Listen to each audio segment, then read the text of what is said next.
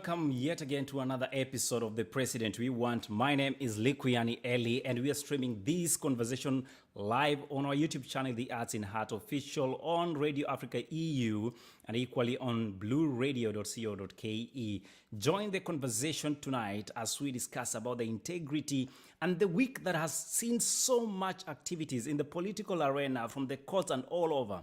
But for now, let me invite one MK Ronald. MK Ronald is an advocate with the Kenyan High Courts and a practicing lawyer, and he is equally partner with Kadima and Havagali and Kadima advocates. Karibu sana MK, good evening to you. Good evening, Eli. Thank you so much for having me on the show. I personally have had a good week from the last show we had on Thursday, the 7th of July, until today. I have had an interesting week actually. Personally, we have had the debate, the Nairobi gubernatorial debate. We have had interesting events like Sonko being clear the other day. We have had political campaigns running the whole week. We have actually so much to share. I think by the time we shall be winding up this show, we shall have shared so much. Definitely looking forward to that. Looking forward to that, MK, and Karibu Sana. And I have Paul Ramses all the way in Iceland. Good evening, Paul, and welcome. Paul is actually a former Mathare Member of Parliament aspirant in the previous elections, and he is based in Iceland, a philanthropist, and a very, very Azimio stronghold member. Karibu, Paul Ramses. How are you this evening? Thank you so much, Eli, for having me in the show. I'm happy to be here again. Well, the week has been very good for us, and we are oozing confidence that with less than a month to go, we can see the finish line. Indeed, I should say you guys have been having a field day, especially with the exchanges of so-called leaked audio from the DP. But for now, let's hear from Georgiandis, who is equally an advocate with the Kenyan High Court. And I'm told this is clearly a man's den in the making. But Georgiandis, good evening to you. How are you doing, Kenya Kwanza members? Thank you, Eli. We are doing well. We are confident that we will deliver victory. I think, as Ronald said, it's been a great week, great events happening. As we had predicted the last time on the show, that pursuant to court pronouncements, we are likely to see a few adjustments from IEBC. So we are glad, and we are waiting to debate.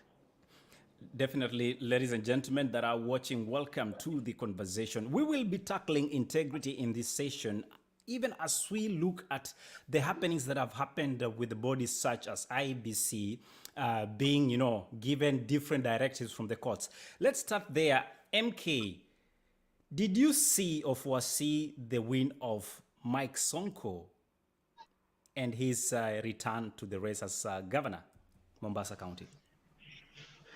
Actually, early when the day before yesterday, when I was following the news, and I saw Sonko had actually hung out with the president, and on the other side, the former prime minister. I actually foresaw that the following day, which was now yesterday, it was actually going to be cleared, and that is what happened. The court pronounced that that Sonko had actually, number one, he had actually put in his papers with the IBC on time, all the required papers he had submitted.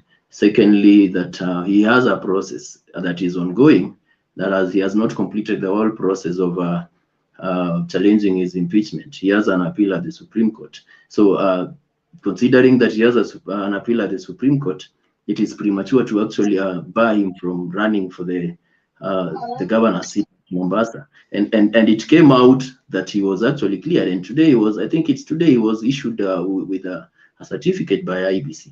So I foresaw that, and I don't want to link it to any party or anybody specifically, but if anybody has a keen eye or a keen ear, he may be justified to suspect that He was actually sanitized. As much as you, from another legal point of view, I may argue that yes, having an appeal at the Supreme Court, it would have been premature to buy him. To some extent, it is easier to argue. It is justified from now a layman's point that the government usually plays, or the people in power usually play a hand in these things.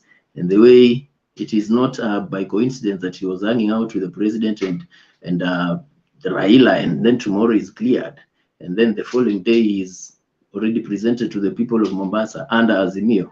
So it is. I think it is. There is. I expected that from from Tuesday. I knew it was going to happen. Well, you say you expected it. Paul Ramses being, one of the very, very staunch supporters of Azimio. What do you make of all this scenario? Do you think the president we want in Raila is going to play tango with corruption and probably compromise integrity? Because how come just after hanging out with the president, with every allegation that he had, he is a clean man, ready to vie with Azimio ticket? You see, we normally say in politics that the forest is the same, only different monkeys. We only change positions. For now, number one, we in Azimio, what we want is to get this victory by all means necessary, because we want to rescue our country. If the courts have cleared Sonko, just as I said last time, Raila Odinga or the president have got no any other authority to accuse him or maybe to deny him any of his rights. We will just karibisha the guy. But now, what we are looking for at this particular moment is a country that accepts everyone. A country that will accept even those corrupt. Let them come in for now. Then, listen, they are still Kenyans. I know this word we Did don't you want to just hear. say no? I mean, I'm Just begging the listen. indulgence of Okay, Jojandis. How let me can we, talk. Paul? I'm sorry, but I really need to understand that we need to accommodate to everyone, including the corrupt. Jojandis, your Are they team not has a Kenyans? corrupt. Are Are they they not not Kenyans, Kenyans? What Jojandis? I'm saying is, listen, Yes. even those of us who are in prison, who have got cases on their heads, even those that are on death row, they are still human beings. Human beings, but Are they allowed? running Are they against allowed Chapter to vote? 6 of the Constitution. Is that what you're Yes. telling me, Are Jojandis? they are they allowed Yeah, to yeah, vote? yes. They vote. Okay. If I may make my remarks on the issue, I think the proper understanding in law is that one is innocent until proven guilty.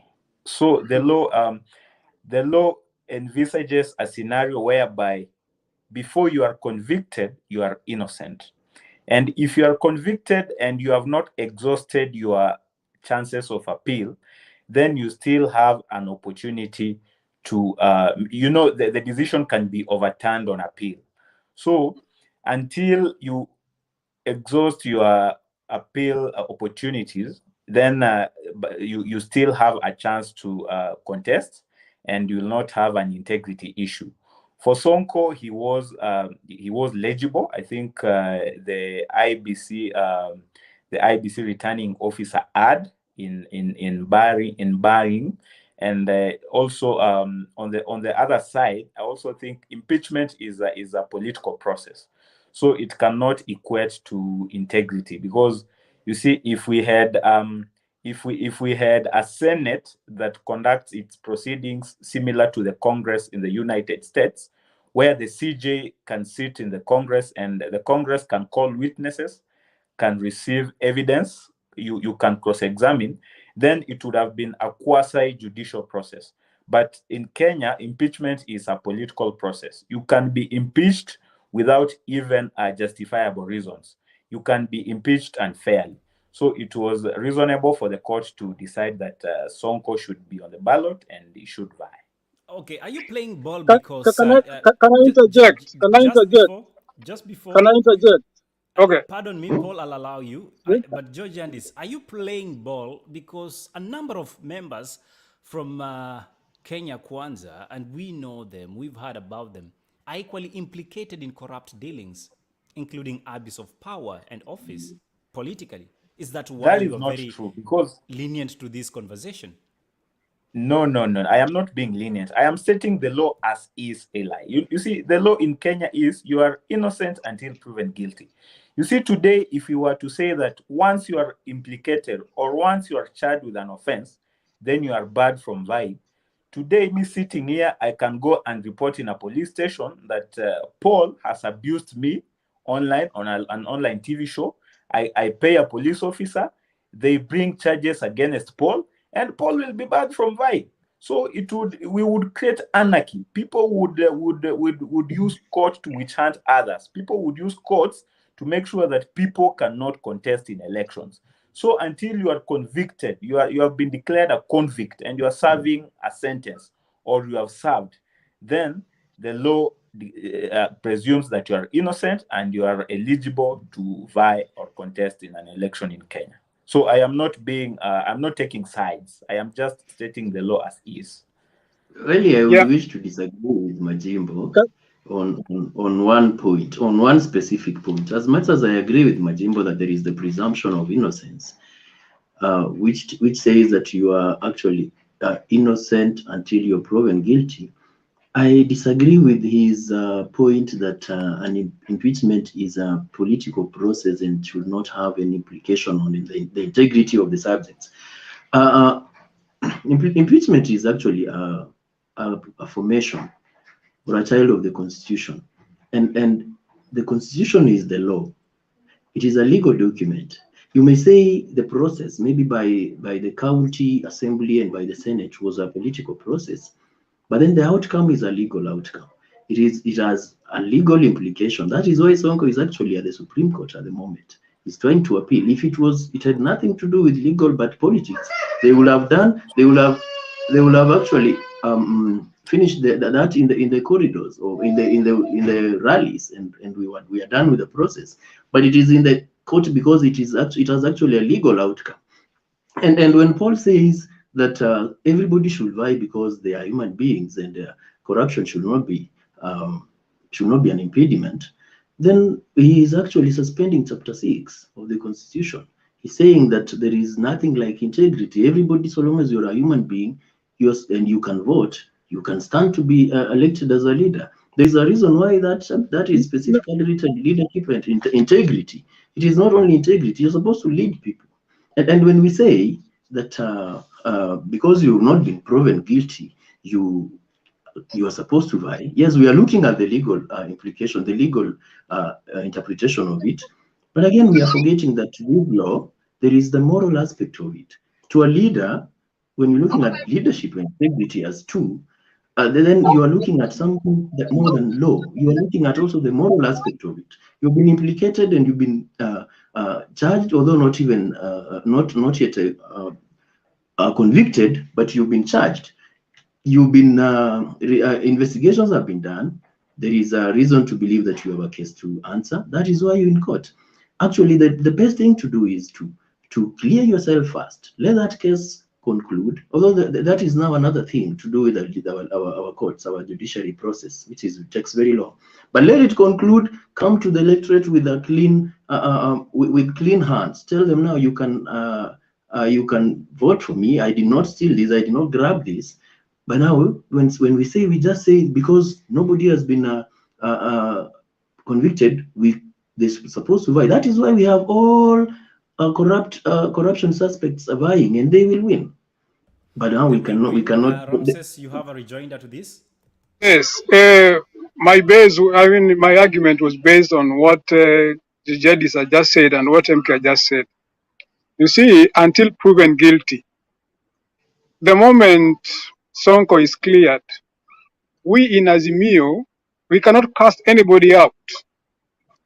At that particular time, he has not been proven guilty, so all those charges are still in the court of law. So we are not going to say that, or we are not going to talk to him. We are going to talk to him, and that's what I wanted to.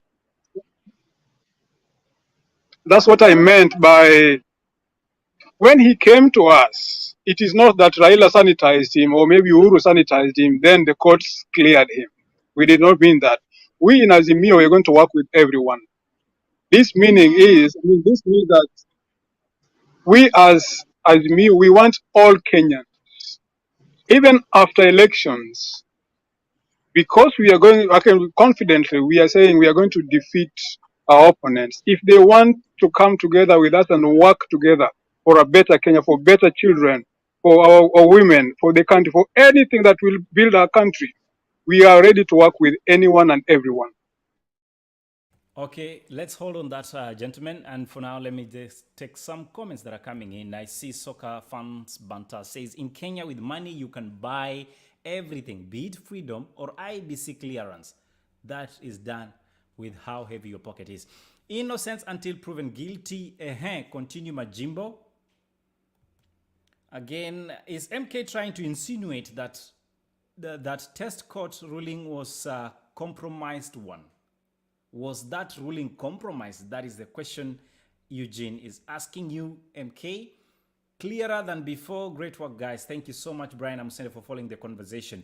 And you can follow this and share with your friends and relatives, including enemies. Tell them we are live and we're discussing the integrity issue surrounding the election of this year's president or Kenya 2022 president after the 8th elections. I see African Man will be joining us shortly, though he tells me he might not be able to stay through the show. I will, however, allow him in a short while. For now, let's continue with the conversation I have with me, Jojandis Majimbo. Jojandis, what is this elections about? Is this about integrity? Is it about monarchy? Or is it about the rule of law? In my view, Kenyans decide. Voters decide. Voters will decide what do they want. If they want integrity, they'll choose integrity.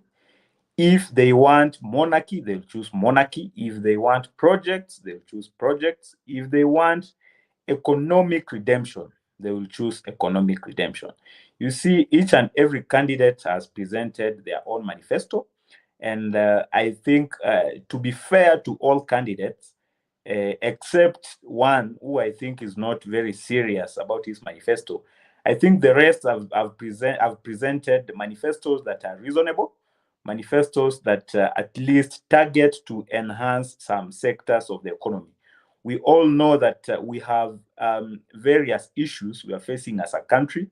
Last week, when we were on this show, we highlighted the crisis of debt, heavy debts. We face crisis of heavy debt. Right now, we all know that we need to enhance our economy so that we improve our agriculture. The cost of living is rising. And at the same time, we also need to make sure that we implement our constitution.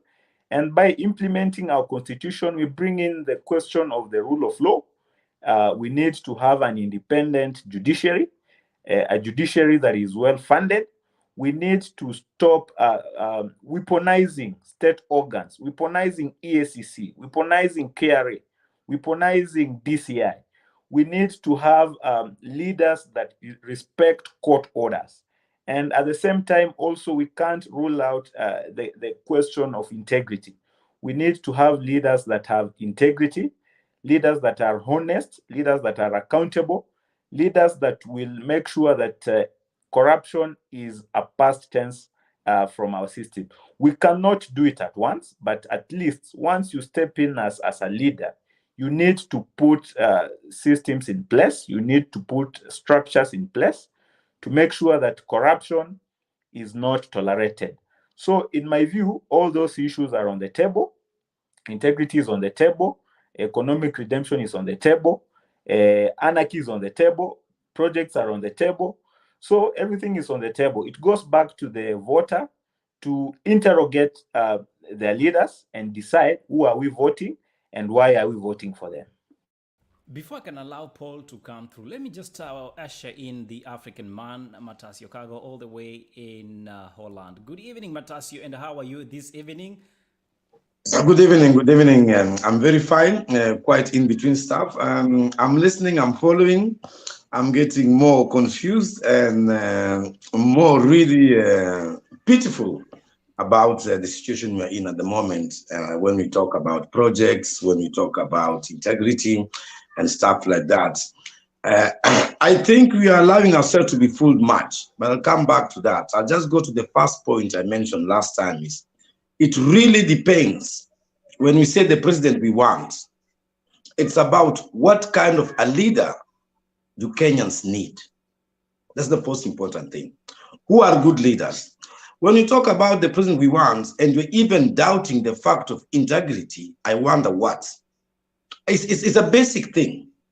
So we are shifting from the basic things that we need to have good leaders. We are again going through the circle.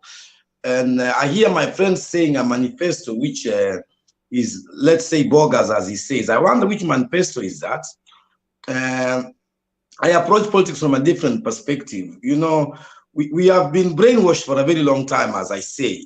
And I think it is a high time we start to think out of the box. We go a lot with narratives. So before I even go to what my colleagues are saying, I think let's just have the basics of good leaders. And is somebody corrupt is a good leader? Is somebody who doesn't have integrity a good leader? Then we can go further. I think we have to go to the basics. I think, yeah, I know we're going into the cases and everything. I'm like, I think we're losing track. We're helping each other to find out who can be a good leader. What are the qualities? What are the priorities of a good leader? Well, as we look at the priorities and the characteristics of a good leader, of course, most of us, especially if we are talking an elective aspect, will be really basing our arguments on chapter 6 of the Constitution, which elaborates what we expect from the leaders. But for now, Paul, I asked the question to Majimbo because I have had another narrative that your party leader is peddling around called choosing a six-piece kind of leadership. Does that amount to really leadership, or what exactly does it mean having election this year? What is in for us as Kenyans, Paul? Paul, you are muted. I can hardly hear you. Let me just answer, African man. You know, in everything we do, we have to ask those pertinent questions that you're asking. A good leader. Kenya doesn't need a good leader at the moment. We want the best leader. We've had leaders before, and we blame them. In the church, we have leaders. In the mosque, we have leaders. We all blame the mosques. You see, the best leader that I can suggest to our country at this particular moment is the two pairs that we have in Azimio. I suggest them simply because of what they stand for. Their past experiences is about integrity at the same time. We all have different definitions of what integrity means. We also have, you know, somebody can be good, but he's corrupt. He's also a good leader in corruption. He's still a leader. He's still leading us. He's leading us in corruption. Now, when we come to our party, as in you and what we're standing for now, the reason I'm championing for these two pairs is because of two things. These are people that have been tried and tested. You see, Azimio is a collection of parties. What Raila Odinga is fighting for now is, especially in the zones that he's going to work with, he wants to put up the 10-point manifesto that he's talking about, his 10 points, his pillars that will make him succeed. This man, as I said last time, is inheriting a country that is like a sieve, a kichungi. He needs a good team that can be able to help him. He needs a good team that can be able to do those pillars, especially in agriculture, just as Majimbo had said. We have to be a country that can be able to feed itself. We have to be a healthy country. We need better infrastructure in health, especially in movement at the same time. And this is what he's championing for. The sixth piece that Raila is talking about is, for example, he goes into for example, he takes the presidency. Legislations would be needed. We don't want a situation whereby, you know, we are Kenyans, and you just mentioned corruption. And you've heard even in previous parliaments where MPs are being paid 300 to go and fail a motion, or MPs are being paid 300 or 3,000 maybe in the toilets to go and maybe not to show up. That is the kind of leadership, leaders we are, or we have. Now, what we are trying to look at in Azimio is, when we go in there, will we have people that can be able to vote in government motions to pass? Championing of 6 piece that Raila is talking about now is, I'm going to a war, I'm going into a fight, I'm going to a football match. Who do I have to play? You can have all the players, but maybe not all of them are fit. Okay, fair enough. MK, I'll bring you in, and later on also I'll allow Georgianis, a minute of response for the same as we discuss about why we should vote who. Matasio asked, who is this person that Majimbo feels is not serious with their manifesto? But MK, the problem ailing Kenya is the supremacy battle between the independent institutions. Each is trying to paint the other in bad light. What do you make of this statement, MK? Eli, if you ask me, there is not really it is not really a bad battle per se. Initially, when we are studying independence of the arms of the government, we try to look at how independent the arms are, and are there any disadvantages or shortcomings for such independence. Now, I'm sure you're looking at the aspect of the interpretation of Chapter 6 by the judiciary, if I'm not wrong, and the executive comes in, and it looks like now the judiciary has taken over interpretation of the constitution on that Chapter 6, and it is actually overruling decisions of the other arms and institutions formed by the executive. Specifically, we have had the judiciary overturning decisions of the IBC, of the Council for Legal for University Education, and making rulings, including a ruling that has actually cleared Sonko the other day. So I don't think it is really a supremacy battle, but it is just an exercise of the mandate that our body has. When it is, for instance, when we have we place it upon the judiciary to interpret Chapter 6 of the Constitution, and then we present evidence before it. There is no actually threshold in this chapter, in this Constitution. Perhaps personally, I would blame I would to some extent blame the structure of this chapter and the laws that are supporting it. There is no specific threshold for integrity. Somebody will argue that somebody has been some person is should not vie and another one should vie, but when you place them on the scale of the integrity, actually you find that all of them are not that clean.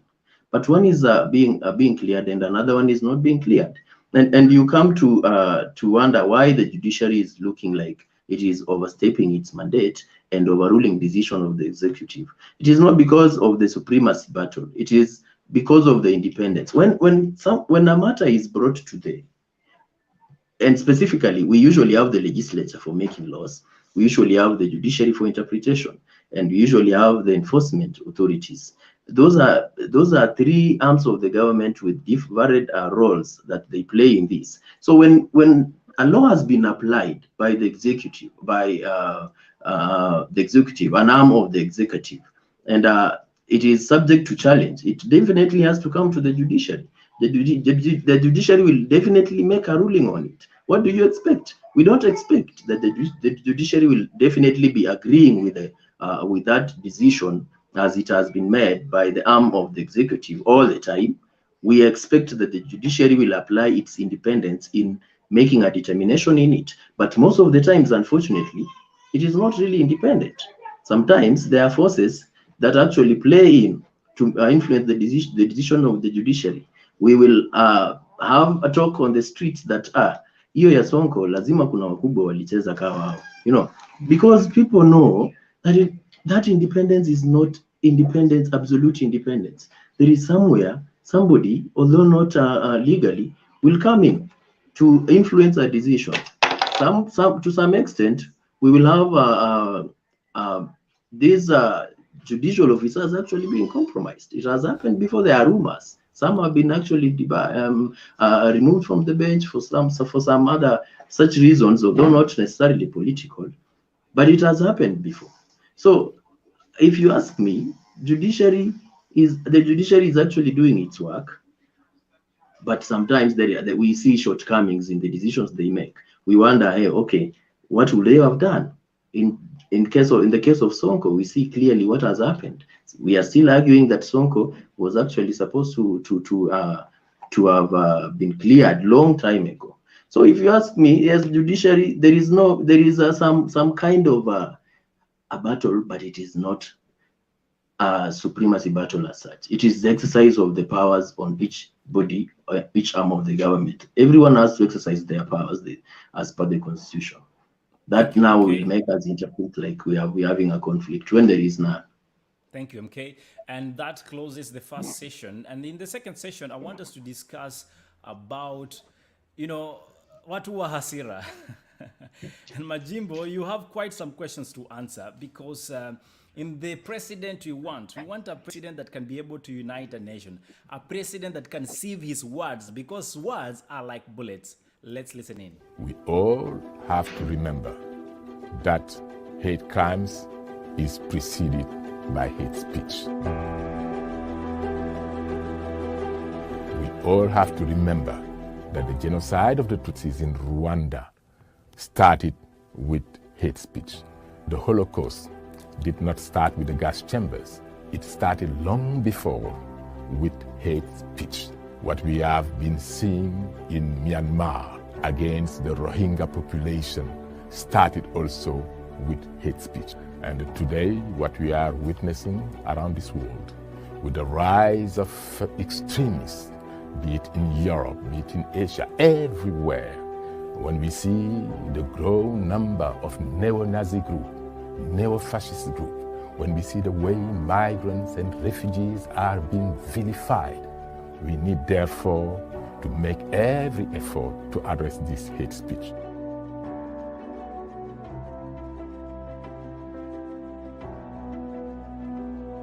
We have to bear in mind that words kill. Words kill as bullets.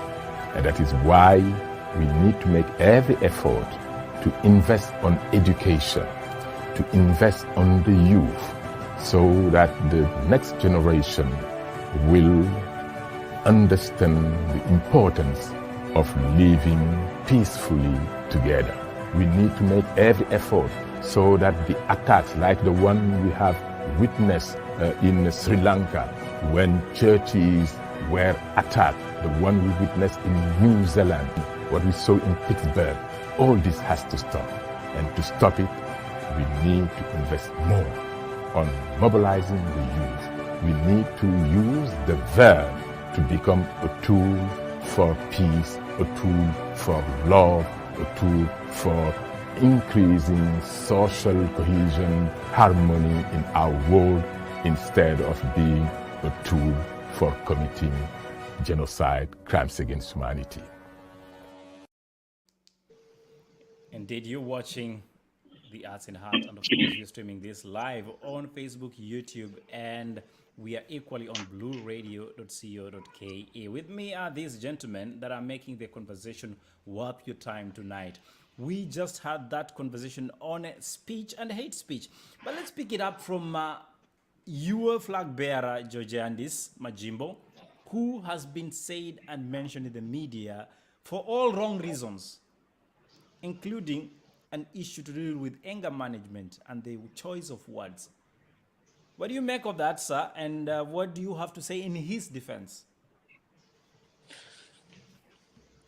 I think, Eli, to be honest, the deputy president is a person who has been targeted, and he's been targeted by all the mainstream media in terms of coverage, in terms of just airing propaganda against him.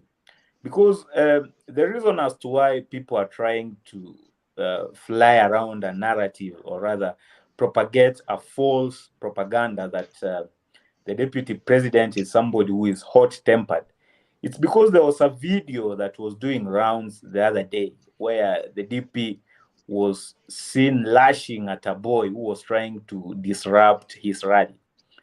This is not an event that has happened to the deputy president alone. You will remember that the flag bearer of Azimio, when he was in Mombasa, and there were warring camps between Abdul Swamad and Shabab, who were trying to fight live during a rally.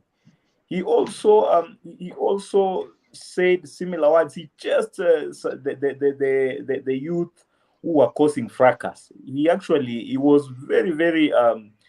very angry at them. It also happened when he was, I think it was in Isiolo. But you see, those are not events that are highlighted by the media. And specifically Citizen TV. We all know that the owner of Citizen TV has declared his support for the Azimio flag bearer. So our flag bearer in Kenya Kwanza has been a candidate of unfair being targeted unfairly. I think it is okay for people sometimes to lose their temper, especially when you are in a rally and people have been paid to come and disrupt it. So I would really say it does not happen to him alone. It has also happened to other candidates. But all in all, what I need to say is that you see, we cannot also try to justify hate speech so that we have violence when we come to elections on 9th of August. We need to condemn all aspects of unreasonable hate speech, or rather hate speech. We need to condemn hate speech. We need to condemn words that alarming speeches, speeches that incite youth. You see, we have also had the Azimio flag bearer in one or two scenarios inciting youth that pick up your guns, fire. And the other day there was a candidate in Kenya Kwanza who used the word madoadoa. He was actually arrested. Then a week later, the Azimio flag bearer used the same word. Today, as we speak, Eli, the High Court has quashed the NCIC decision to characterize the words hatupangwingwi and watajua atujui as words that amount to hate speech.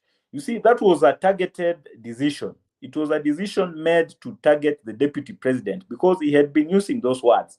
But it was actually my company called Chama Cha Mawakili that moved to court, seeking the court's interpretation on that decision by NCIC to characterize those words as hate speech. And you see, the court has agreed that the decision by NCIC was unreasonable. You cannot target a certain candidate because he has used those words and say those words are hate speech. So even agencies that have the mandate to make sure that they curtail hate speech, they curtail alarming statements, are being used to target one candidate.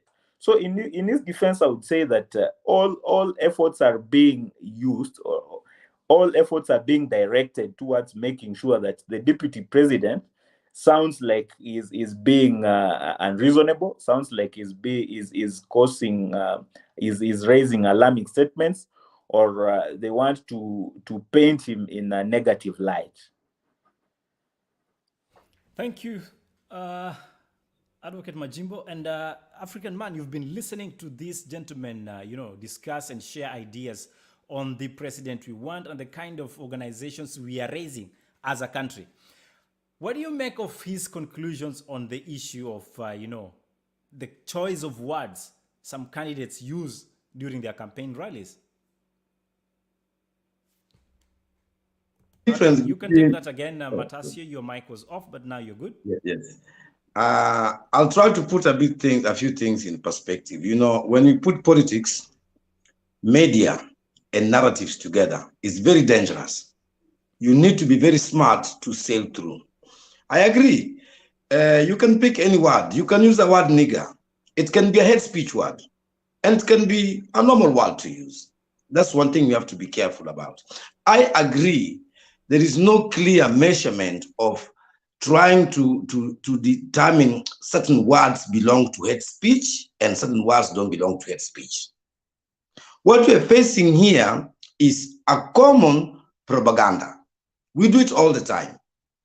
Now, the problem is not whether one person is spreading hate speech or not. The question is, are these leaders responsible for what do they say? Are they talking in an inclusive way?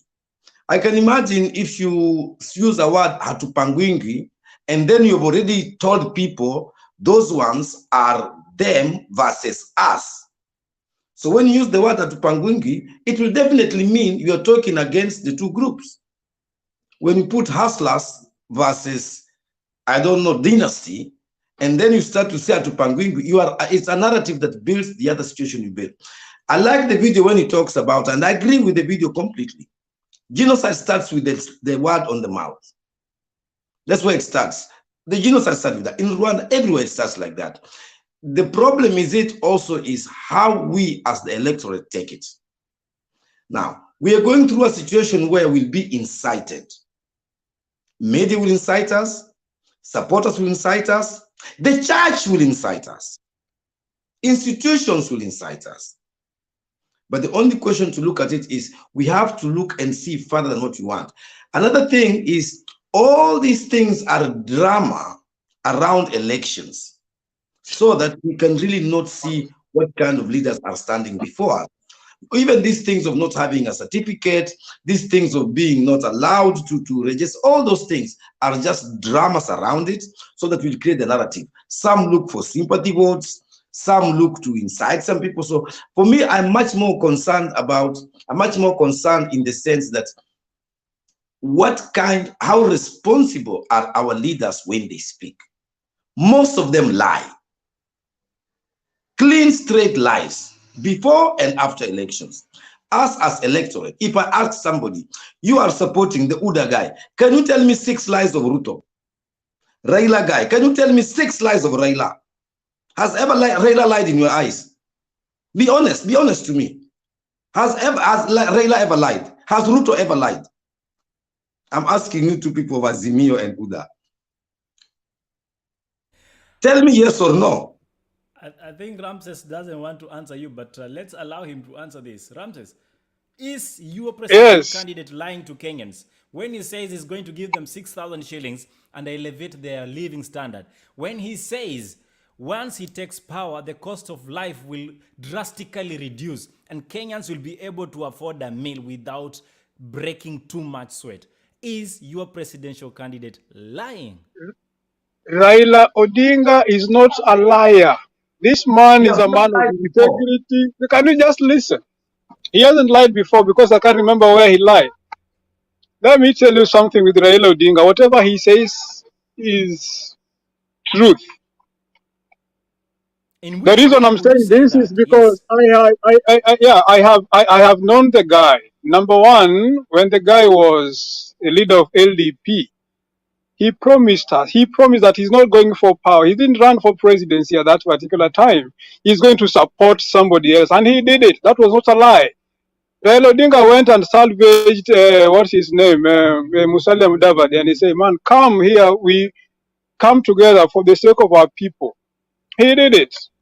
What I know about Raila is all the promise that Raila has made, he's capable of doing it. And this is now where we bring in leadership, somebody who's been tried and tested. When he says that he's going to give us 6,000, he knows that the country is in the ICU. We are at pain. He just wants to stabilize the country. We asked him a question, where are you going to get the money? And he said, well, there's too much money that is going out there. That is the money that we lose in corruption. You see? And that is why he's bringing in Martha Karua, somebody who is allergic to what? To corruption. He knows that I must have a team.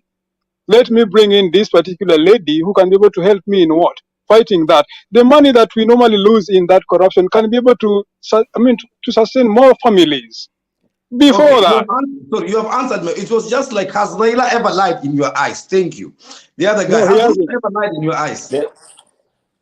let me first of all just try to tell Paul that you see, Eli, perhaps what you should have asked Paul is when Kalonzo Musyoka was complaining that Raila has shortchanged him, was that a lie or was it a fact?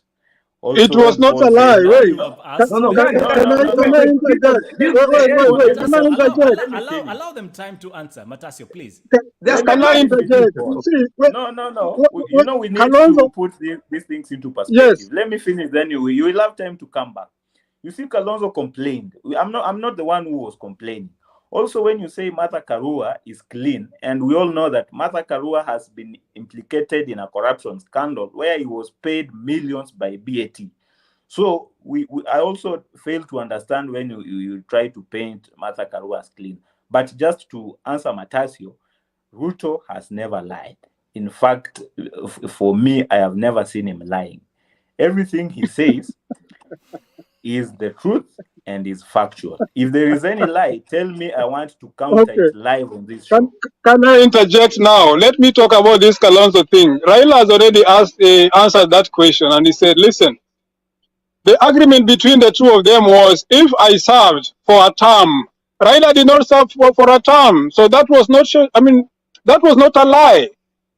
To answer you, Eli, Raila has said he has made a promise. We cannot judge him now yet because it is not yet a lie. Let him implement it. Let us judge Raila and Martha after 10 years. You see, a promise that he's just making now, we cannot judge it and say, oh, this is when we You see, conclude it Ella, here. I wish to interject. I wish to interject where Paul has reached. Paul, you see, we Kenyans and very many other human beings that have had Raila speak, to be specific, we are intelligent. We are actually intelligent. Unless you are insulting our intelligence, we don't. You cannot promise and tell us not to tell whether a certain promise is actually a lie. We are here. We are in this country.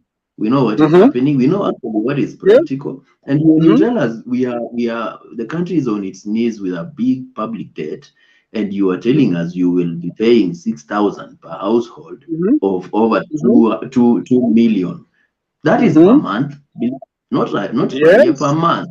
Then you want us to think, you want to convince us it is a promise. We should wait and see whether it will not. That is a lie. That is a lie. Let us be honest. You may be supporting Raila with everything that you have, but at least let us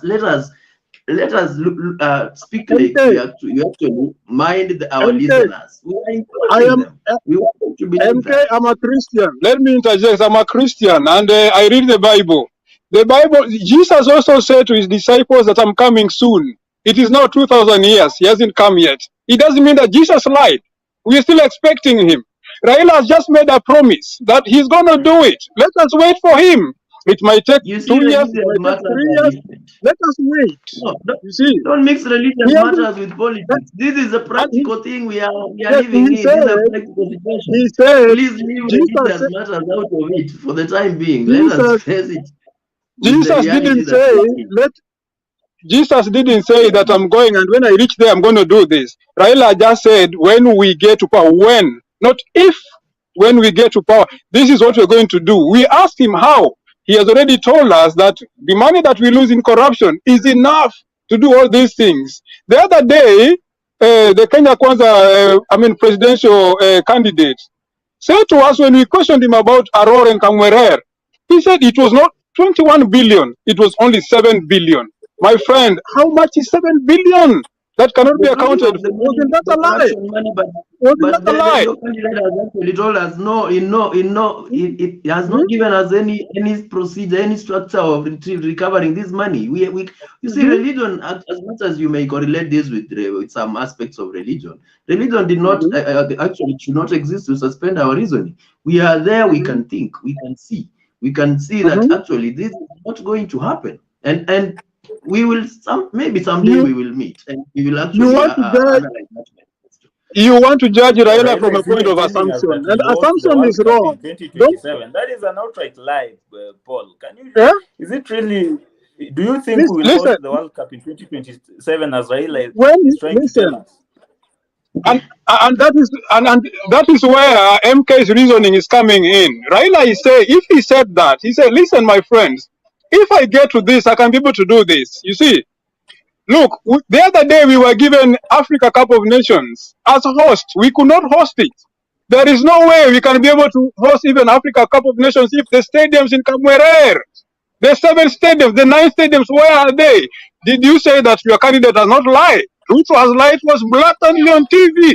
He even said to us So, that Paul, instead of 7, listen, Sorry, is in- Raila saying the truth do when you he's instead of think saying we he's will going to host the host World the instead World of Cup in 7, 2020? Paul, He said we he had will do you 9. think we will host the World Cup, address Paul? Do you think 2027 and Raila the will World make it Cup. Tell possible us, to host the tell World us Cup? where are the laptops? Where are the laptops for every kid in Kenya? Where are the laptops?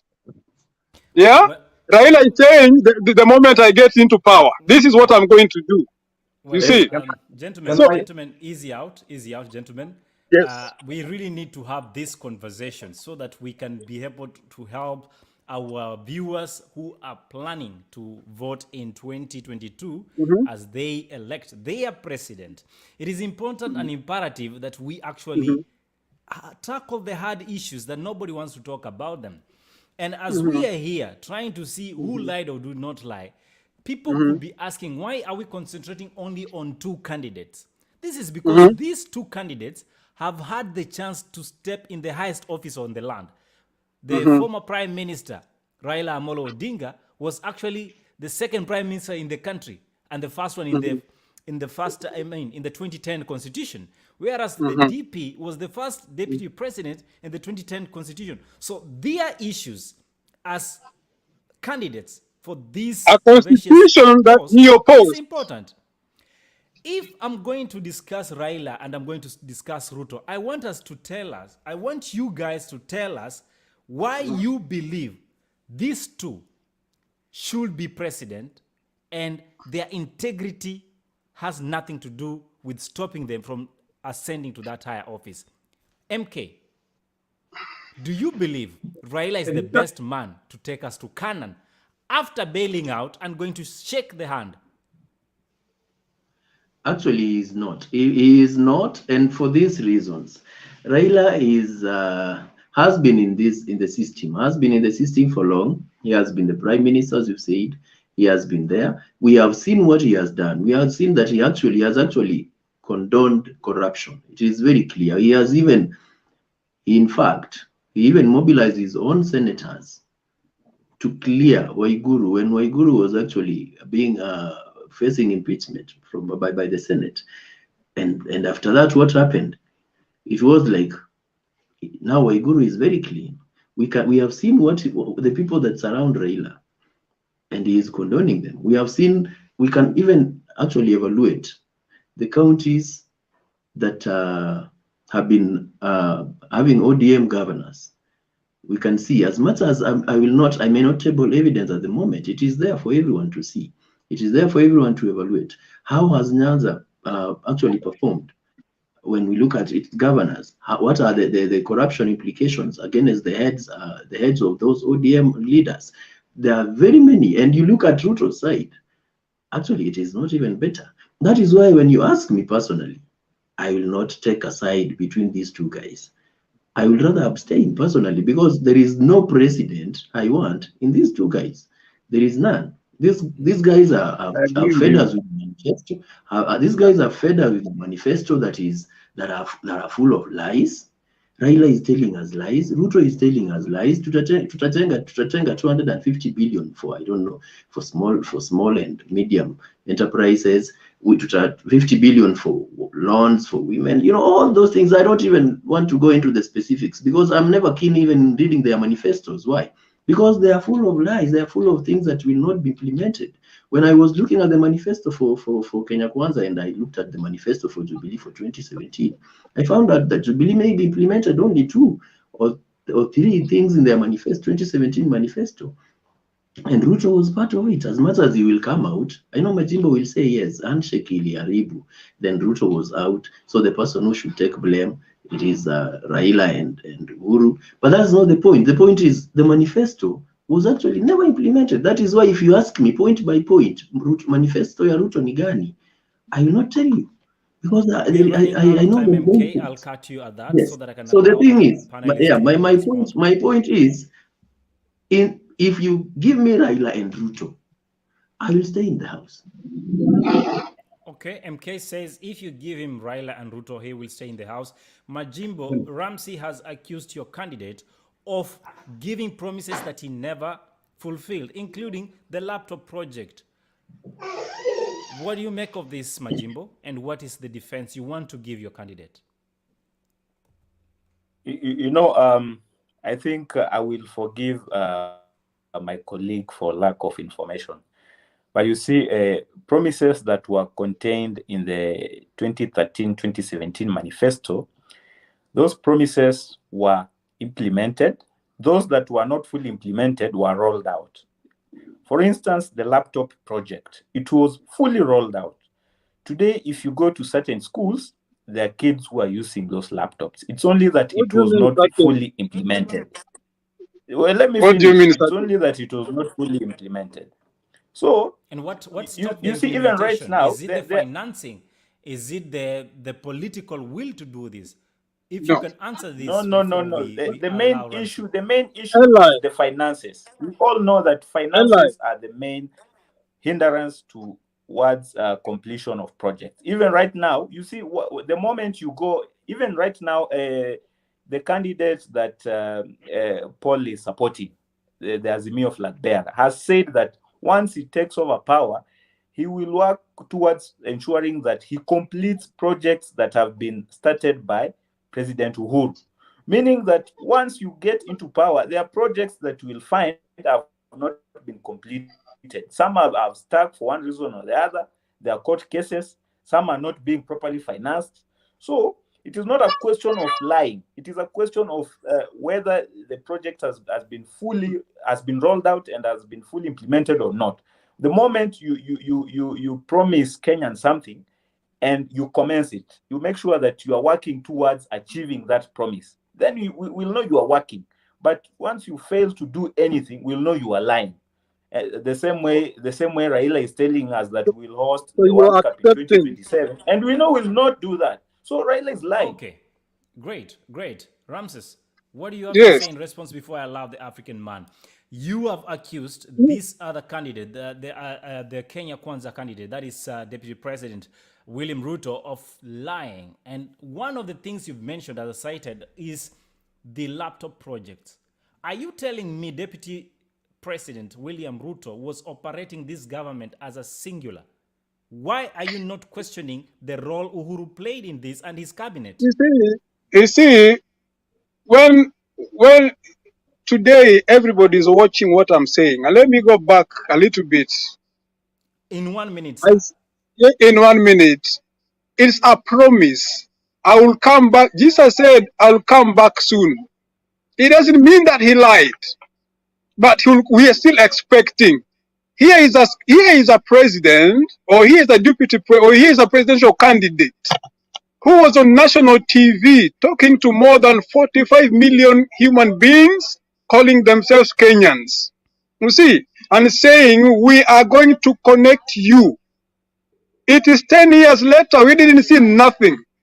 But my colleague is saying that these things were rolled out. These things were, schools were given laptops. I come from a territorial place called Kenya. There's a school in my village that has not even seen, don't even know what a smartphone looks like. We've not seen. They have not seen it. So is it there or not? Then this is the same candidate who wants us to give him an opportunity. Now look at it this way. He said on TV that we didn't go for 7, we went for 9 stadiums. I said to you that I played football the other time.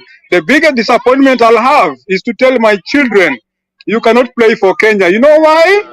This particular president did not build even a running track, did not even build a stadium. That is an outrageous liar. How can we trust him with power now?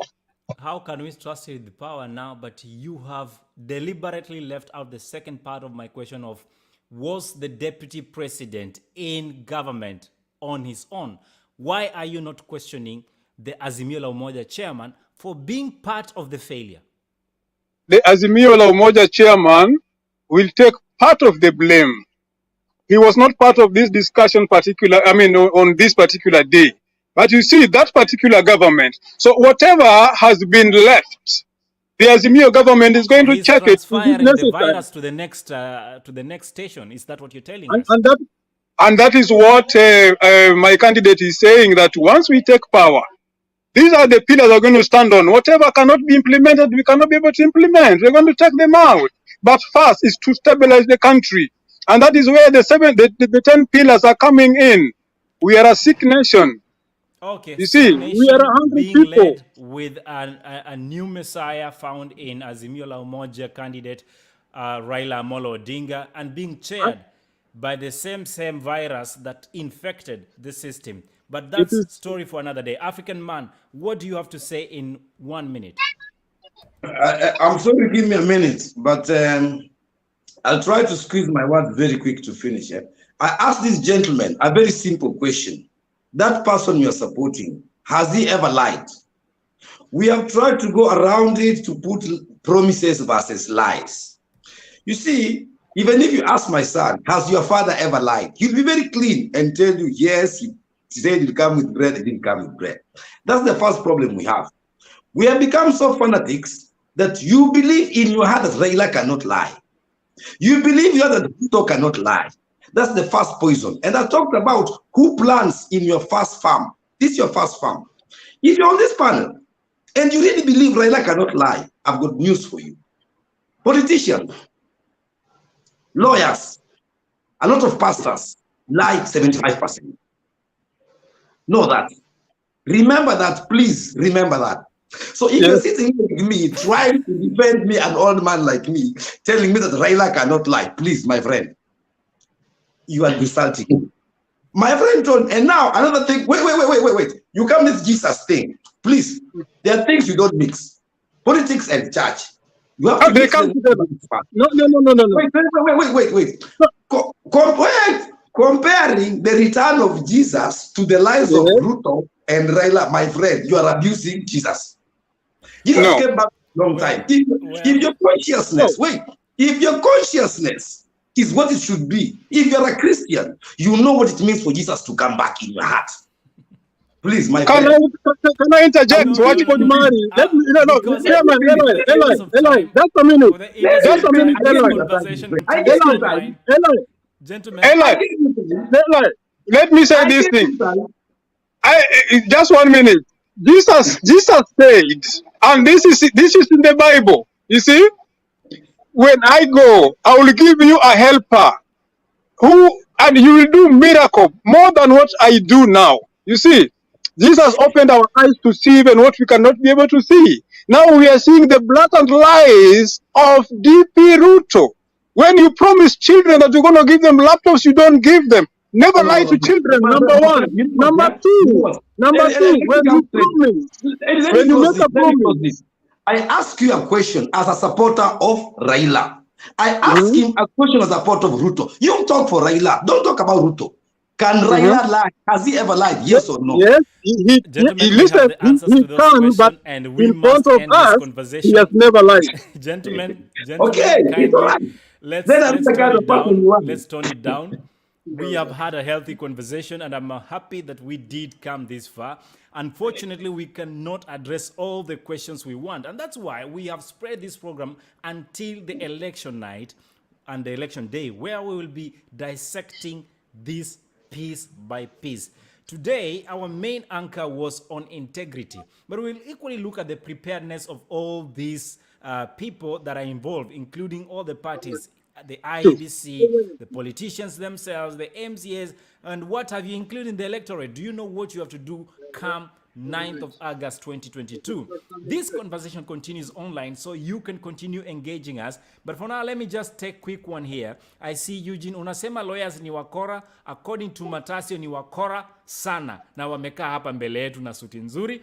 Noreen says, politicians, lawyers. Did you hear that Matasio said and asked? Yes. Wanjala Douglas anasema huyu mtu apunguze hiyo kitu. Sawa sawa, asanti sana. Eugene says, yani mnaleta mpaka mwana wa Mungu kwa conversation. Wacha tungoje World Cup basi. So, you know, Paul decided to say that, and I was about to attack him, but he redeemed himself when he mentioned that Jesus actually promised he will leave, but leave a helper that will even perform more miracles. However, he equally said, the Bible in the book of Revelations, that no one knows the time nor the hour nor the day. Only the Creator, who is God. But in this case, Raila knows and plans to be president. Ruto knows and plans to be president. So is Wajackoya and Mwaure. But none of them can promise to fulfill the election promises. But let's have this conversation come next week. Thank you so much, Jojandis. Before you close. conclude, Ellie, before you conclude, I actually, I'm not contributing anymore unless you ask me to do so. I have a very special friend of mine, Agri Avumba, who've been following from Isli. He's actually vying for MCA. Mheshimiwa, I don't know if it is Isli South. He told me he's following, and I needed you to make a special shout out to him. Apatekura is a nice guy, wishing him the best. Well, once there's someone that Ronald believes in, Agri, we are wishing you well as you vie for this presidency, or rather MCA, in the county assembly in Eastleigh. Karibu sana, and thank you for following our conversation. I see there Matasio laughing and smiling because he cannot have his day, but it is what it is. This is the president we want. My name is Likuyani Eli. On behalf of all these gentlemen, MK Ronald from Kadima and Havagali Associates, thank you so much for coming in. African man all the way in Holland, asante sana. Jojandis Majimbo, hii ndio brigade inatetea, anaitwa ameamua kupotea. This is the only brigade that is taking care of the deputy president's needs in terms of lawyers and advocates in Kenya. We have Paul Ramses Odor all the way in Iceland, who is one of the men that does not believe Raila is a liar. Until next week, see you when you see us. Thank you so much. And this, ladies and gentlemen, is Art in Heart. Good night, and God bless all of you. Stuonane wase. Africa man, Raila don't lie. All have to remember that hate crimes is preceded by hate speech. We all have to remember that the genocide of the Tutsis in Rwanda started with hate speech. The Holocaust did not start with the gas chambers. It started long before with hate speech. What we have been seeing in Myanmar against the Rohingya population started also with hate speech. And today, what we are witnessing around this world, with the rise of extremists, be it in Europe, be it in Asia, everywhere, when we see the growing number of neo-Nazi group, neo-fascist group, when we see the way migrants and refugees are being vilified, we need therefore to make every effort to address this hate speech.